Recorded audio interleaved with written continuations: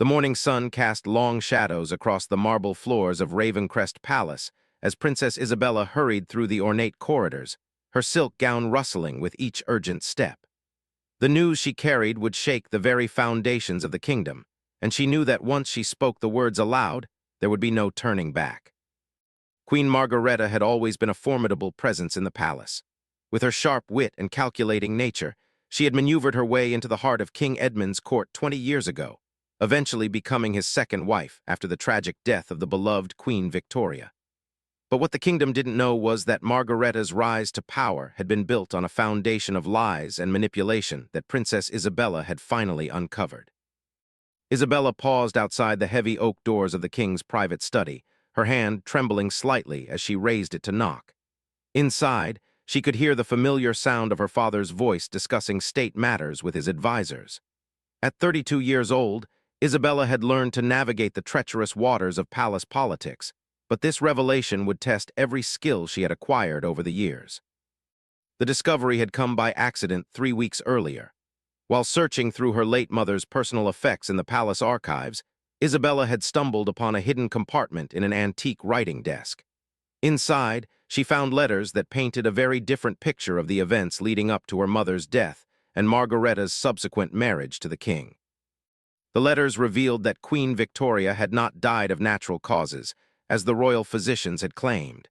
Instead, she had been slowly poisoned over several months by someone with intimate access to her daily routine. The handwriting in the letters belonged to Dr. Henry Blackwood, the royal physician who had attended to Queen Victoria during her final illness. In his private correspondence with a colleague, Dr. Blackwood had documented his growing suspicions about the Queen's symptoms and his discovery of traces of a rare plant toxin in her system. More damning still were the letters that detailed Dr. Blackwood's confrontation with Margareta about his findings. The physician had threatened to expose the truth unless Margareta confessed to the king. But Dr. Blackwood had died in a suspicious riding accident just 2 days before he planned to reveal his evidence to King Edmund. The final letter in the collection was addressed to Queen Victoria's sister, Lady Catherine, asking her to safeguard the evidence should anything happen to him. Isabella had spent sleepless nights verifying the authenticity of the documents with trusted allies in the palace. Lord Chancellor William Hartley, who had served the crown faithfully for over 4 decades, had helped her trace the paper, ink, and handwriting. Every test confirmed what Isabella already knew in her heart. The letters were genuine, and Queen Margareta was responsible for her mother's murder. The political implications were staggering.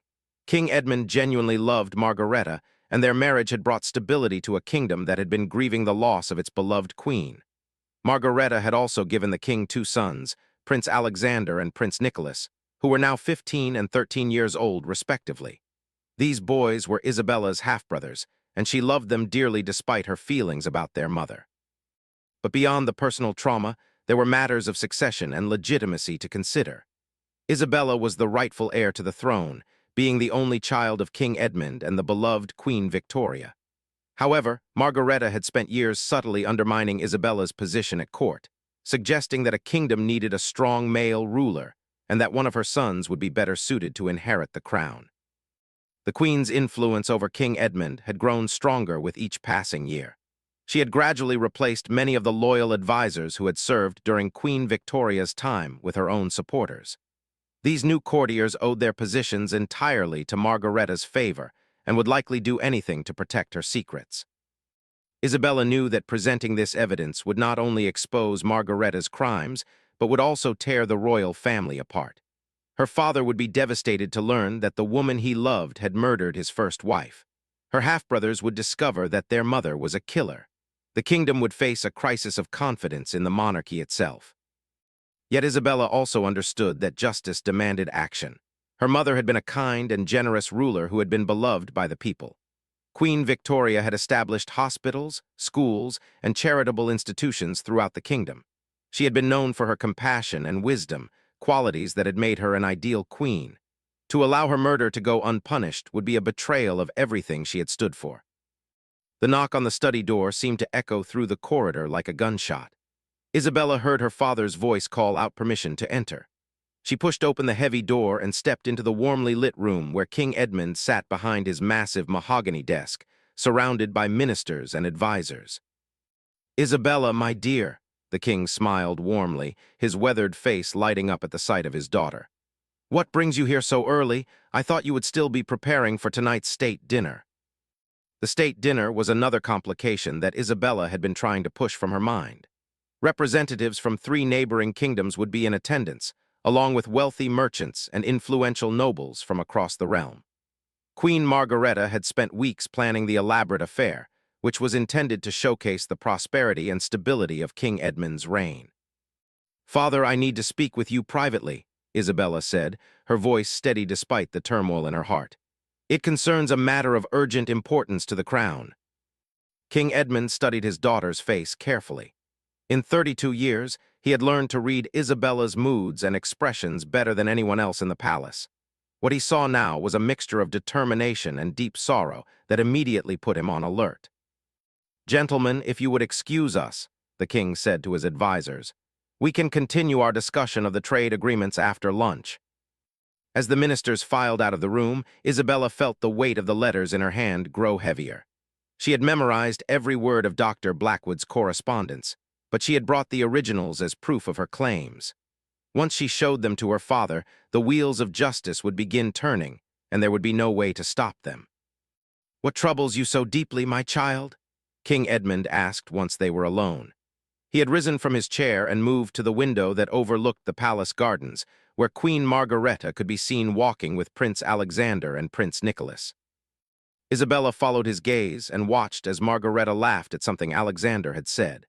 The queen looked radiant in the morning sunlight, her auburn hair gleaming and her face animated with genuine affection for her sons.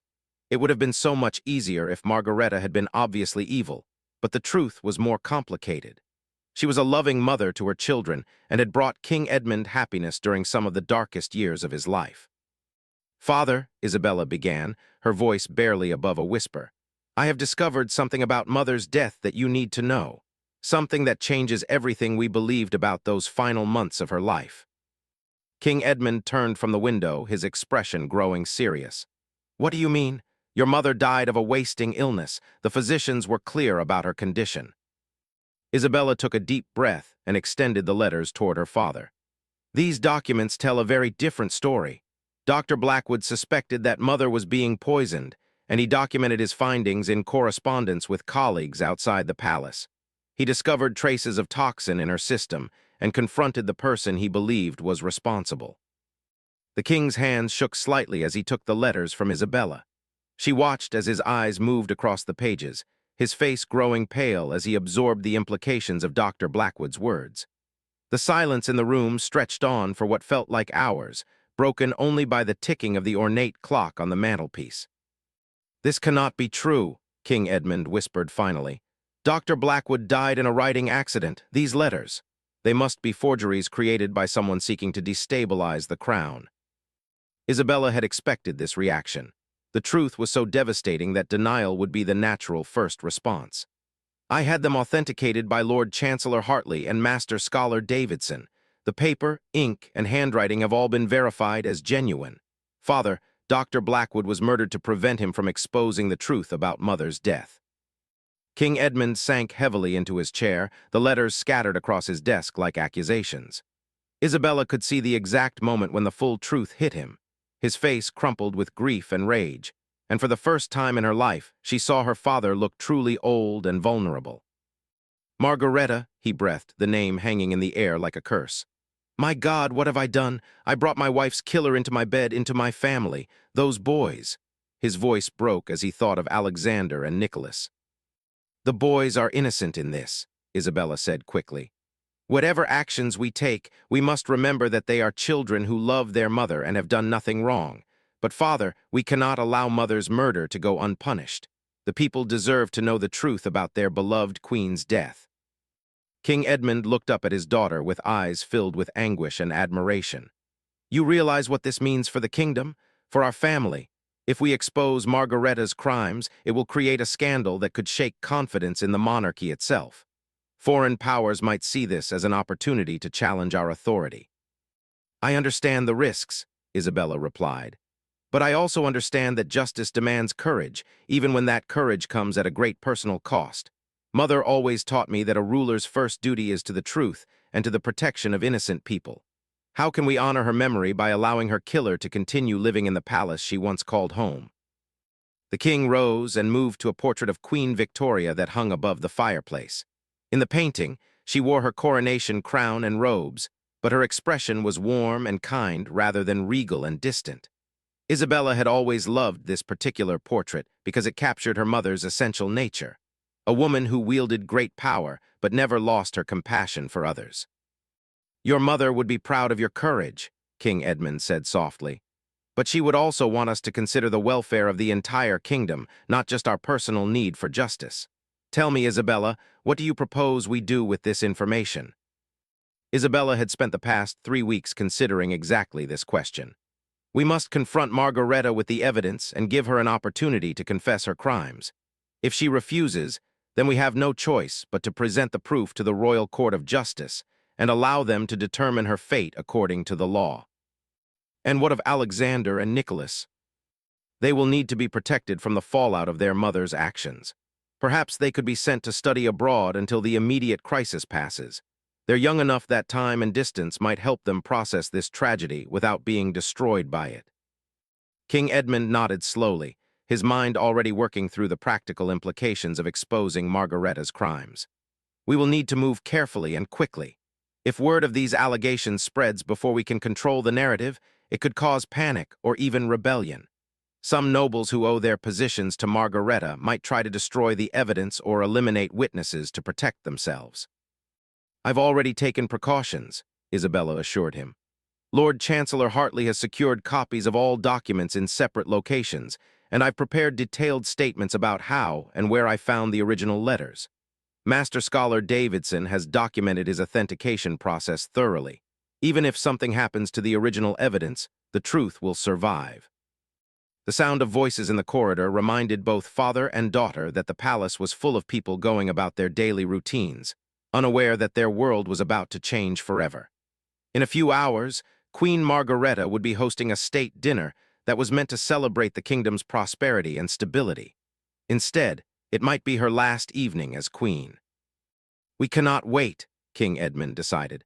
"The longer we delay, the greater the risk that Margareta will discover what we know and take steps to protect herself. I will summon her here immediately after the morning court session ends. You must be present when I confront her with this evidence, Isabella. As my heir and the daughter of the woman she murdered, you have the right to hear her response." Isabella felt a mixture of relief and terror at her father's words. For 3 weeks, she had carried this terrible knowledge alone, and now she would finally see justice begin to unfold. But she also knew that confronting Margareta would be one of the most difficult things she had ever done. Despite everything, Margareta had been a part of her family for 20 years, and Isabella could not simply erase 2 decades of shared memories and experiences. As they finalized their plans for the confrontation, neither Isabella nor King Edmund noticed the small figure that had been listening at the door. Prince Alexander had come looking for his father to ask permission for an afternoon hunting expedition, but instead he had overheard enough of the conversation to understand that his mother was in terrible danger. The young prince slipped away from the study door and ran through the palace corridors toward the gardens where he had last seen Queen Margareta. His mind was reeling with the implications of what he had heard, but one thought dominated all others. He had to warn his mother before it was too late. Prince Alexander burst through the garden gates, his breath coming in short gasps as he searched desperately for his mother.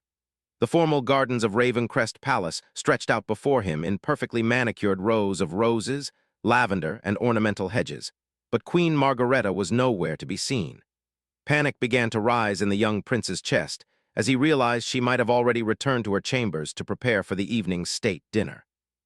Racing back toward the palace, Alexander's mind struggled to process what he had overheard outside his father's study. The words murder, poison, and justice echoed in his head, but he could not reconcile them with the loving woman who had raised him and his brother Nicholas. His mother had always been kind to him, reading him stories when he was small, helping him with his studies, and encouraging his interests in astronomy and literature. How could she possibly be guilty of the terrible crimes that Princess Isabella and the king were discussing? Alexander found Queen Margareta in her private sitting room, surrounded by lady-in-waiting Sarah Whitmore and several seamstresses who were making final adjustments to her gown for the evening's festivities. The queen looked radiant, her auburn hair styled in an elaborate updo adorned with pearls and small diamonds. She was laughing at something Lady Sarah had said, her face bright with anticipation for the important diplomatic gathering that lay ahead. "Alexander, darling," Queen Margareta smiled when she saw her son hovering in the doorway. "You look quite flushed. Have you been running through the palace again? You know how the servants worry when you dash about like that." The seamstresses curtsied as Alexander entered the room, their arms full of silk and lace. Lady Sarah gestured for them to continue their work in the adjacent dressing chamber, sensing that the prince needed to speak with his mother privately. Alexander was grateful for her discretion. Lady Sarah had been with his mother since before his birth and understood the family dynamics better than anyone else in the palace.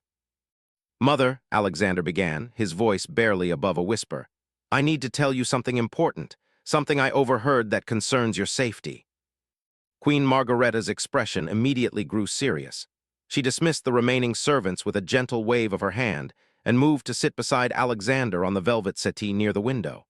Outside, the palace grounds buzzed with activity as staff members prepared for the evening's grand event. Foreign dignitaries had already begun arriving, their carriages creating a steady stream of color and pageantry in the main courtyard. "What has frightened you so, my sweet boy?" Margareta asked, taking Alexander's hands in hers. "You're trembling." Alexander struggled to find the right words to explain what he had discovered. "I went to Father's study to ask about the hunting expedition we discussed yesterday, but the door was slightly open, and I heard him talking with Princess Isabella about you. Mother, they have letters that they believe prove you did something terrible to Queen Victoria before she died." The color drained from Queen Margareta's face so quickly that Alexander feared she might faint. Her hands, which had been warm and comforting moments before, suddenly felt cold and clammy against his skin.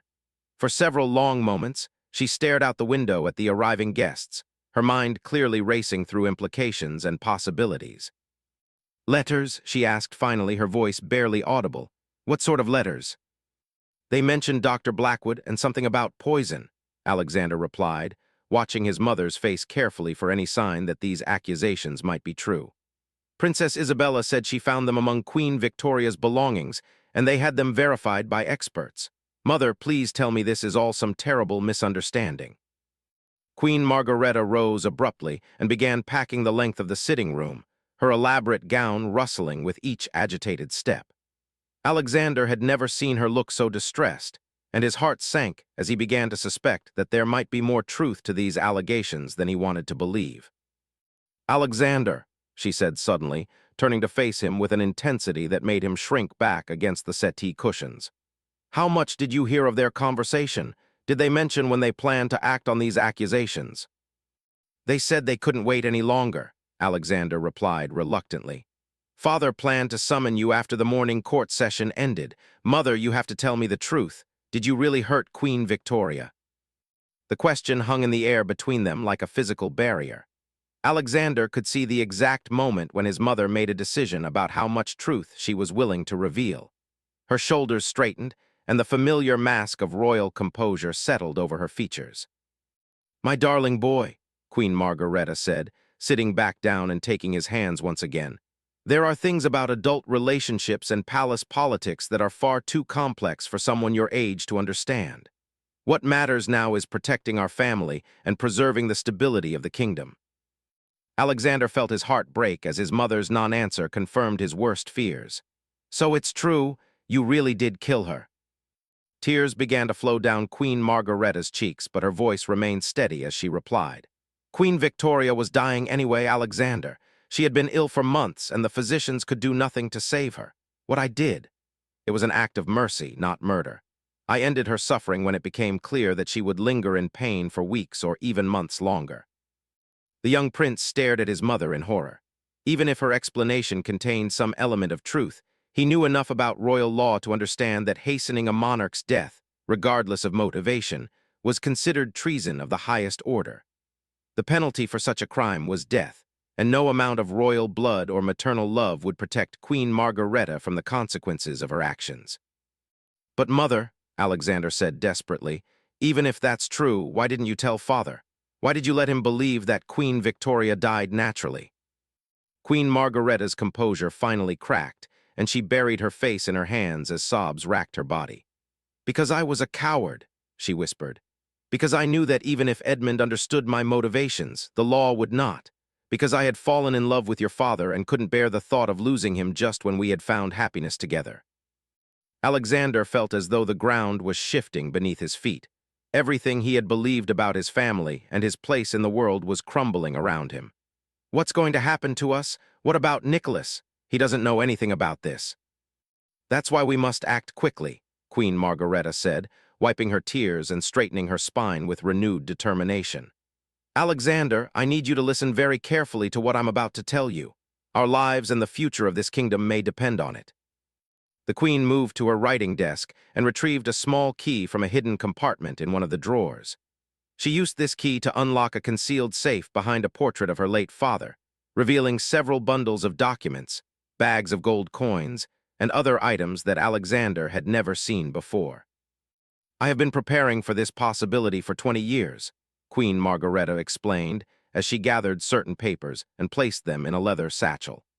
"I always knew that someday the truth about Victoria's death might surface, and I made arrangements to protect you and Nicholas should that day ever come." Alexander watched in fascination and growing alarm as his mother packed what appeared to be false identification documents, maps of neighboring kingdoms, and enough gold to fund several lifetimes of comfortable exile. "Mother, surely you're not suggesting that we flee the kingdom? Father would never stop searching for us, and our absence would only confirm your guilt in everyone's minds." "Your father's love for me has blinded him to many things over the years," Queen Margareta replied, her voice taking on a bitter edge that Alexander had never heard before. "But even love has its limits, and learning that I killed his first wife will destroy any feelings he might have had for me. Our only hope of survival is to disappear before he can order our arrest." The sound of trumpets from the palace courtyard announced the arrival of more foreign dignitaries, reminding both mother and son that the evening's state dinner was approaching rapidly.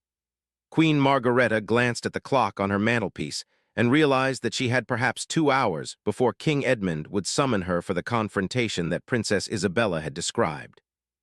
"But what about Nicholas?" Alexander asked again. "He's only 13 and he knows nothing about any of this. We can't just uproot his entire life based on crimes he had no part in committing." Queen Margareta's face softened as she thought of her younger son. Nicholas was still very much a child, fascinated by toy soldiers and adventure stories, completely innocent of the political machinations that had shaped his family's rise to power. "Nicholas will come with us," she decided. "I cannot leave either of my children behind to face the consequences of my actions." Alexander shook his head firmly. "No, Mother, I won't let you destroy Nicholas's life because of mistakes you made before he was even born. If you truly love us, you'll find another way to handle this situation." The young prince's words struck Queen Margareta like a physical blow. She had always prided herself on being a devoted mother who put her children's welfare above all other considerations. But now, she was being forced to confront the possibility that her past actions had created a situation where there were no good choices left for any of them. "Then what do you suggest, Alexander? Should I simply present myself to your father and accept whatever punishment he deems appropriate? Should I allow Princess Isabella to parade me before the royal court of justice like a common criminal? The scandal would destroy the monarchy's reputation and plunge the kingdom into chaos." Alexander considered his mother's words carefully. He was young, but his education had included extensive study of political history and diplomatic strategy. He understood that the revelation of Queen Margareta's crimes would indeed create a crisis that could destabilize the entire realm. "Perhaps," he said slowly, "there's a middle path that could serve justice while preserving the kingdom's stability. What if you were to abdicate your position as queen and accept exile instead of execution? You could claim that you're stepping down for health reasons or to pursue charitable work in other lands. Father might be willing to allow that solution if it meant avoiding a public trial." Queen Margareta looked at her 15-year-old son with new respect. The political wisdom he was displaying suggested that he had inherited more than just her intelligence. He had also developed the kind of strategic thinking that would serve him well if he ever needed to navigate the treacherous waters of royal succession. "That might work," she admitted, but only if Princess Isabella and King Edmund are willing to accept such an arrangement. Isabella has every right to demand my death as payment for her mother's murder. She might not be satisfied with anything less than complete justice. The conversation was interrupted by a soft knock on the sitting room door. Lady Sarah entered with a worried expression, carrying a message that had just been delivered by one of the king's personal servants. "Your Majesty," Lady Sarah said with a curtsy, "His Majesty requests your immediate presence in his private study. He says the matter is urgent and cannot wait until after the evening's festivities." Queen Margareta and Alexander exchanged a look of pure terror. The confrontation they had been dreading was about to begin, and they had run out of time to prepare for it. Alexander could see the fear in his mother's eyes, but he could also see her gathering her courage for what might be the most important conversation of her life. "Tell His Majesty that I will attend him shortly," Queen Margareta replied, her voice steady despite the circumstances. "I need a few moments to compose myself." After Lady Sarah departed, Queen Margareta turned to her son one final time. "Alexander, whatever happens in that room today, I want you to know that everything I did was motivated by love. Love for your father, love for you and Nicholas, and yes, even a strange sort of love for Queen Victoria, who was suffering terribly in those final weeks. I am not asking you to approve of my actions, but I hope that someday you might be able to understand them." Alexander embraced his mother, breathing in the familiar scent of her perfume and trying to memorize the feeling of safety he had always found in her arms. "I love you, Mother, and that will never change regardless of what you've done. But I also believe that facing the truth is the only way forward, even when that truth is painful." As Queen Margareta prepared to leave for what might be her final conversation as Queen of the Realm, Alexander made a decision that would change the course of his own life forever. He would not flee with his mother if she chose exile over justice. Instead, he would remain in the palace to help his father and Princess Isabella navigate the difficult path ahead, and he would work to ensure that his brother Nicholas was protected from the worst consequences of their mother's actions. The young prince understood that this decision would likely break Queen Margareta's heart, but he also knew that it was the right choice for the kingdom and for his own conscience. As he watched his mother gather her courage and walk toward the door, Alexander whispered a prayer for wisdom, justice, and mercy for all those whose lives would be forever changed by the events of this terrible day. The heavy oak doors of King Edmund's private study seemed to weigh 1,000 pounds as Queen Margareta approached them for what she knew might be the last time as queen. Her heart hammered against her ribs, but her face maintained the serene mask of royal composure that had served her well for 2 decades of palace life. Behind those doors waited the 2 people who held her fate in their hands, the husband she had deceived for 20 years and the stepdaughter whose mother she had murdered. Princess Isabella stood beside her father's desk like a statue of justice, her dark hair pulled back severely and her blue eyes cold with righteous anger. The letters that would destroy Margareta's world were spread across the mahogany surface like accusations made manifest. King Edmund sat in his chair with his head in his hands, looking older than his 62 years, as he struggled to reconcile the woman he loved with the monster she had proven herself to be. "Please sit down," King Edmund said without looking up as Margareta entered the room. His voice was hollow, drained of the warmth and affection that had colored their conversations for 20 years of marriage. Margareta remained standing, knowing instinctively that this confrontation required her to face her accusers as an equal rather than a supplicant. "I understand that you have questions about events that occurred many years ago," she said carefully, her trained, diplomatic voice giving nothing away. "Questions?" Isabella's voice cut through the room like a blade. "We have proof, Margareta. Dr. Blackwood documented everything. The symptoms that didn't match any natural illness, the traces of toxin he found in my mother's system, his confrontation with you about what he had discovered. The only question is whether you will have the courage to confess your crimes or force us to expose them publicly." King Edmund finally raised his head to look at his wife, and Margareta felt her heart break at the anguish she saw in his eyes. This man had loved her genuinely and completely, and she had built their entire relationship on the foundation of her greatest lie. "Tell me it isn't true," he whispered. "Tell me that there's some explanation for these documents that doesn't make you a murderess." For a moment, Margareta considered maintaining her innocence. She had become skilled at deception over the years, and she might have been able to cast doubt on the evidence or suggest alternative explanations for Dr. Blackwood's suspicions. But looking at Edmund's face, She realized that their marriage was already over regardless of what she said in this room. The trust between them had been shattered beyond repair. Victoria was dying, Margareta said quietly, her carefully maintained composure finally beginning to crack. She had been suffering for months, and the physicians could offer nothing but increasingly powerful doses of laudanum to manage her pain. She begged me, Edmund. In her lucid moments, she begged me to help her find peace. King Edmund's face went white as he absorbed his wife's confession. "You're telling me that Victoria asked you to kill her?" "Not in those words," Margareta admitted. "But she spoke often about wanting the suffering to end, about how she envied those who had passed on to whatever came after this life. I began adding small amounts of oleander extract to her evening tea, not enough to cause her additional pain, but sufficient to hasten the inevitable." Isabella stepped forward, her eyes blazing with fury. "That's not mercy, Margareta. That's murder. My mother was the queen of this realm, and you had no right to make decisions about her life and death, regardless of what you claim she may have wanted." "You were a child then," Margareta replied, her own anger beginning to surface. "You didn't see her in those final weeks, didn't hear her crying out in the night when the pain became unbearable. I loved Victoria too, Isabella. We had become friends during her illness, and watching her suffer was agony for me as well." "Loved her?" Isabella's voice rose to nearly a shout. "If you loved her, why didn't you suggest that she speak with the royal chaplain about her feelings?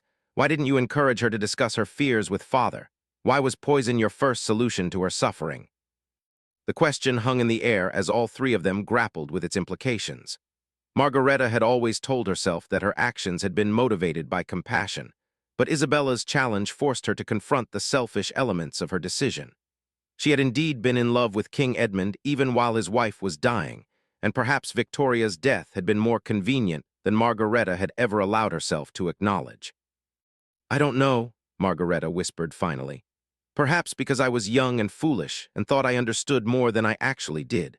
Perhaps because I was already falling in love with your father and couldn't bear to watch him suffer alongside his wife. I cannot untangle my motivations after all these years, but I can tell you that I have regretted my actions every day since Victoria died." King Edmund rose from his chair and walked to the window that overlooked the palace gardens. In the distance, he could see guests arriving for the evening's state dinner, their colorful clothing and elaborate carriages creating a festival atmosphere that seemed grotesquely inappropriate given the tragedy unfolding in his study. "Dr. Blackwood discovered what you had done," the king said, his back still turned to the room. "He confronted you about it, and then he died in what we all believed was a writing accident. Was his death also your doing, Margareta?" The question struck Margareta like a physical blow.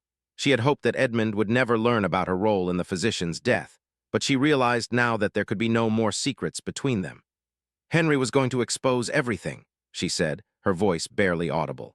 "He demanded that I confess to you immediately, and when I begged for time to find another way, he threatened to go directly to the Royal Court of Justice with his evidence." "So you killed him too," Isabella said flatly. "A man who was trying to seek justice for my mother's murder, and you eliminated him to save yourself." "It wasn't supposed to happen that way," Margareta protested, tears now streaming down her face. "I only meant to frighten him, to make him understand that exposing the truth would destroy the kingdom's stability. I arranged for his horse to be startled while he was riding through the forest, thinking that a fall might injure him enough to keep him quiet for a few weeks while I figured out what to do.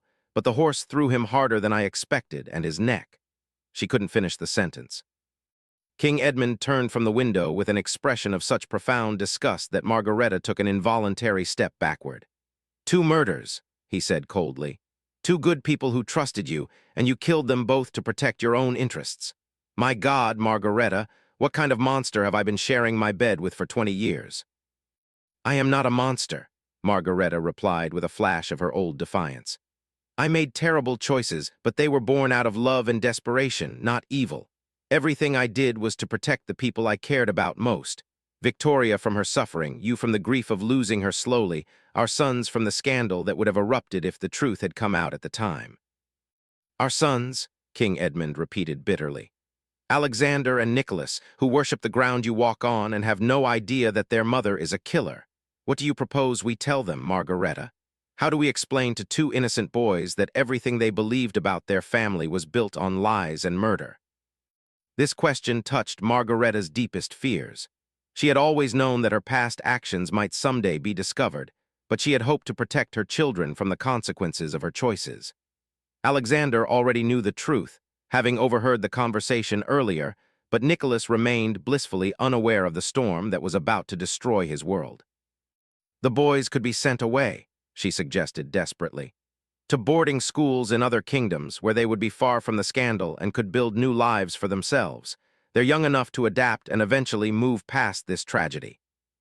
Absolutely not, Isabella interjected firmly. Alexander and Nicholas are members of this royal family, and they belong here in the palace regardless of what their mother has done. They are my half-brothers, and I will not allow them to be punished for crimes they had no part in committing. King Edmund looked at his daughter with pride and admiration. Even in the midst of her grief and anger over her mother's murder, Isabella was thinking about the welfare of the children who would be affected by Margaretta's exposure.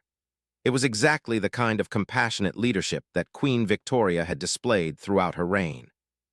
Isabella is right, the king said. The boys will remain here, and we will help them process this revelation with the support of the royal chaplains and trusted counselors. They will need time to grieve for the mother they thought they knew, and to understand that love can coexist with condemnation of terrible actions. The sound of music drifting up from the palace courtyard reminded them that the state dinner would begin in less than 2 hours. Foreign ambassadors, wealthy merchants, and influential nobles were already gathering in the Great Hall, expecting an evening of celebration and diplomatic achievement. Instead, they would witness the fall of a queen and the near collapse of a royal dynasty. "What happens now?" Margareta asked, her voice empty of hope. "Do you intend to have me arrested immediately, or will you wait until after the diplomatic festivities conclude?"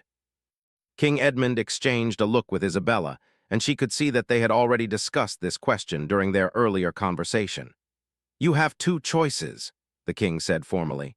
"You can abdicate your position as queen immediately and accept exile from this kingdom, forfeiting all royal titles and privileges forever. Or you can face trial before the Royal Court of Justice for the murders of Queen Victoria and Dr. Henry Blackwood, with all the public scrutiny and scandal that such a trial would entail." "Exile," Margareta said without hesitation. "I will not put my children through the ordeal of a public trial, and I will not give our enemies the satisfaction of watching our family tear itself apart in front of the entire kingdom." Isabella stepped forward with a document that had obviously been prepared in advance. "This is a formal letter of abdication," she explained. "It states that you are renouncing your position as queen due to personal health concerns and a desire to pursue charitable work in foreign lands. There is no mention of the true reasons for your departure." Margareta read through the document quickly, noting that it was generous in its language and preserved some measure of dignity for her public departure. She realized that Isabella and Edmund were offering her a mercy that she had never shown to Queen Victoria or Dr. Blackwood, the chance to disappear quietly rather than face the full consequences of her actions. "Where will I go?" she asked as she signed the abdication papers. "That is entirely your choice," King Edmund replied coldly. "But you will never be welcome in this kingdom again, and if you ever attempt to contact Alexander or Nicholas, I will have you arrested immediately and tried for your crimes regardless of this agreement." The finality of those words hit Margareta like a physical blow. She would never see her children again, never hold them or comfort them or share in their joys and sorrows. The price of her past actions was not just her crown and her freedom, but her family and her identity as a mother. "I understand," she whispered, her hand shaking as she finished signing the documents. As Queen Margareta prepared to leave King Edmund's study for the final time, Princess Isabella stopped her with one last question. "Why didn't you just leave the kingdom 20 years ago when you realized you loved my father? Why did you choose murder instead of simply removing yourself from a situation that was causing you pain?" Margareta considered the question for a long moment before answering. "Because I was selfish," she said simply. "Because I wanted your father's love more than I wanted to do what was right. Because I convinced myself that my happiness mattered more than other people's lives. It was the greatest mistake of my life, and I will spend whatever years remain to me trying to atone for it." With those words, the former Queen Margareta walked out of the study and out of the lives of the family she had loved and betrayed. Within hours, she would be on a ship bound for distant shores, carrying nothing but the clothes on her back and the crushing weight of her guilt. The state dinner proceeded as planned that evening, with King Edmund and Princess Isabella maintaining their royal composure despite the emotional devastation they had endured. The guests never suspected that they had witnessed the last public appearance of Queen Margareta, who had quietly departed the palace during the evening's festivities. In the days that followed, the kingdom learned of Queen Margareta's sudden abdication and departure. The official explanation of health concerns was accepted by most people, though some courtiers whispered about political intrigue or family disputes. Alexander and Nicholas were told a carefully edited version of the truth. Their mother had made serious mistakes that required her to leave the kingdom, but she loved them deeply and wanted them to have good lives despite her absence. Princess Isabella officially became heir apparent to the throne and began taking on greater responsibilities in the kingdom's governance. She worked closely with King Edmund to repair the damage caused by 20 years of Margareta's political manipulations and to restore trust in the royal family's integrity. The truth about Queen Victoria's murder remained a closely guarded secret, known only to a handful of trusted advisors who swore oaths of silence to protect the kingdom's stability. Dr. Blackwood's death was quietly investigated by loyal palace guards, who confirmed the details of Margareta's confession and ensured that justice was served in the form of her permanent exile. Years later, when Prince Alexander ascended to a position of leadership in the kingdom's military forces, he would sometimes reflect on the terrible day when he learned the truth about his mother's crimes. He never stopped loving Margareta, but he also never stopped believing that Princess Isabella and King Edmund had chosen the right path in demanding accountability for her actions. The kingdom prospered under the renewed leadership of King Edmund and Princess Isabella, who worked together to build a legacy of justice, compassion, and truth that honored Queen Victoria's memory. And in distant lands, a woman who had once been a queen lived quietly with the knowledge that love without honor was no love at all, and that the price of deception is always higher than the cost of truth.